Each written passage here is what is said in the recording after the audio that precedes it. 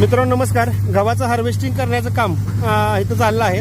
अगोदर machine cutting करून आणि त्यानंतर जे माल निघणार आहे, गहू निघणार आहे, तो आता आपण डायरेक्ट ट्रॅक्टरमध्ये भरतो. तो कसा भरतो त्याचं तुम्हाला लाईव्ह मी दाखवतोय.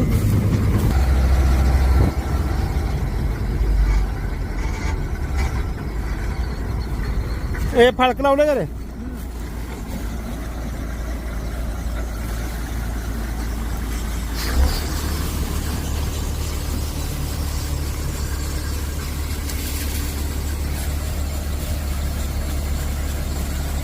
अशा पद्धतीनं गव्हाची कापणी झाल्यानंतर डायरेक्ट ते आपल्या ट्रॉलीमध्ये आपण इथं भरून घेतोय.